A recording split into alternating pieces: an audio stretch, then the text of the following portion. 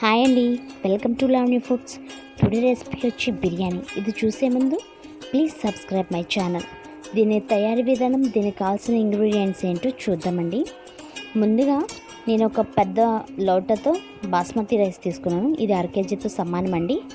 ఇలా తీసుకున్న రైస్ని 2 సార్లు బాగా కడుక్కుని ఒక అరగంట పాటు నాననివ్వాలండి. ఇలా అరగంట నానేలోపు ముందుగా హోల్ బిర్యానీ మసాలా, పెద్ద ఉల్లిపాయ, 4 పచ్చిమిర్చి కోసుకుని ఉంచుకున్నాను.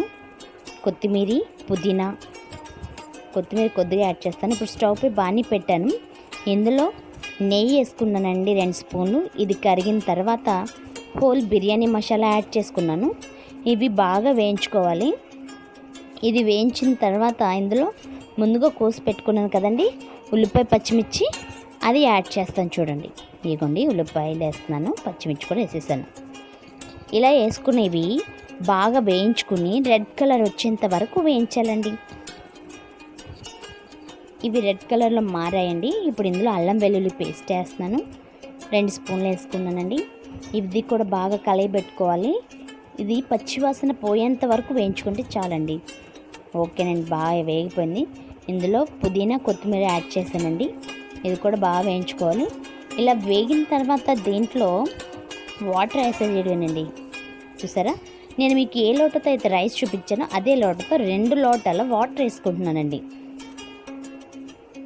ఇలా వేసుకున్న వాటర్ను ఈ మసాలాలన్నీ కలిసేటట్టు ఒకసారి తిప్పుకొని మూత పెట్టేసుకున్న తర్వాత ఇలా మరిగిన తర్వాత రైస్ యాడ్ చేసేసుకుంటానండి. బాగా మరిగింది, రైస్ యాడ్ చేసుకుంటున్నాను. ఇలా యాడ్ చేసుకున్న రైసు ఒకసారి బాగా కలబెట్టుకొని దీనిపై మూత పెట్టేసుకుని ఇలా గుజ్జు చూస్తే రైసు తడికి తగలకుండా వచ్చిందంటే అయిపోయినట్టేనండి. చూడండి, చూపిస్తాను ఇప్పుడు. చాలా సింపుల్గా ఫాస్ట్గా అయిపోయింది నాకు. ఇదిగో రెడీ అయిపోయిందండి. చాలా బాగుంటుంది, చాలా టేస్టీగా ఉంటుంది. ట్రై చేసి చూడండి, ఫాస్ట్గా కూడా అయిపోతుంది. Thank you for your watching.